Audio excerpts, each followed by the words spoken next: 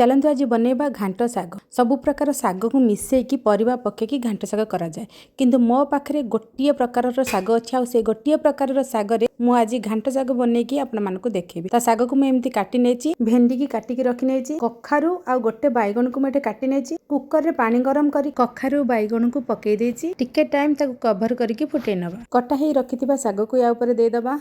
शाग ऊपर भेंडी की पकेबा, एटा मन रखंतु। स्वाद अनुसार लूण दे दबा, तापर गोटे सीटी आसवा जाके छाड़ीदेबा। रसुण को छेचिकी रखिदेबा, टी अधिक रसुणर क्वांटिटी रहा दरकार कि ता फ्लेवर भल आसे। ए देखंतु ठंडा हो जाए कुकर, आमे घांट शाग जेहेतु डंकी आमे भल भाव में बुलेकी घांटी नबा। एबे आमे तड़का लगेबा। पैन रे किछि तेल नै पंच फुटना आ सुखिला लंका को मु फुटै नेची, सेथिरे रसुण फुटैकी आमर सिझा हेकी रखिथिबा शाग को या ऊपर दे दबा। संगे संगे आमे कवर कर दबा, काहे ना फ्लेवरटा भल भाव में शाग रे आसे जिवो। एबे आमे सर्व करबा। देखिले तो गोटे प्रकार शाग रु आपण घांट शाग रो मजा नहीं पारिबे। ए रेसिपीटी मते मो आई शिखेइथिला। सतरे मते यार टेस्ट बहुत जबरदस्त लागिथिला। आपण मानकु रेसिपीटी केमति लागिला कमेंट करके जणातु। पुणी देखा आ गोटे रेसिपी सह। से पर्यंत जय जगन्नाथ।